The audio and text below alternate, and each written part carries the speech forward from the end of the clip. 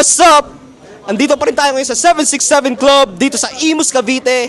Kasama natin ngayon yung isa sa pinakabalagbag, Uncle Dags. Hey, what up? Ako nga pala si Uncle Dags ng Greenhouse Motherfucking Records sa District 1, yeah. So, Uncle Dags, may ilan lang kaming katanungan. So, what's up, Uncle Dags? Yeah, what's good? What's up? Yeah.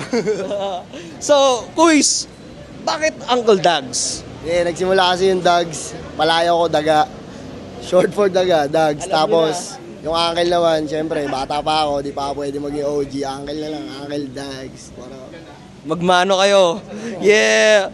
So, Kuis, sa dami ng lugar, sa dami ng beses, kailan at saan pinakamasarap magsulat?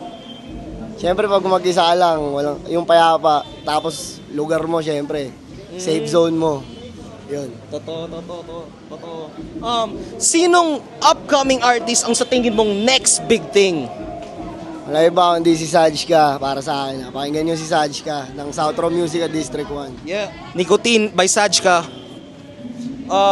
From 5 to 10 years from now, Kuis, anong nakikita mo sa culture ng hip-hop? Malaki. Kasi ngayon pa lang, grabe na. Talagang sobrang dumadami na yung mga artist. Tsaka mas madami rin yung mga gumagaling ngayon. Paano pa kaya after 10 years? Mas praktisado na lahat. Yeah, tsaka mas high-tech na lahat. Di ba? Grabe na. Yeah.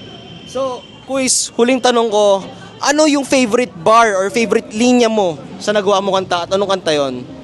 Siguro yung sa breaking news. Meron ako linya doon na sa dami ng bigas na kinain, panahon na siguro para mabigyan ako ng ulam. Yeah. What the fuck?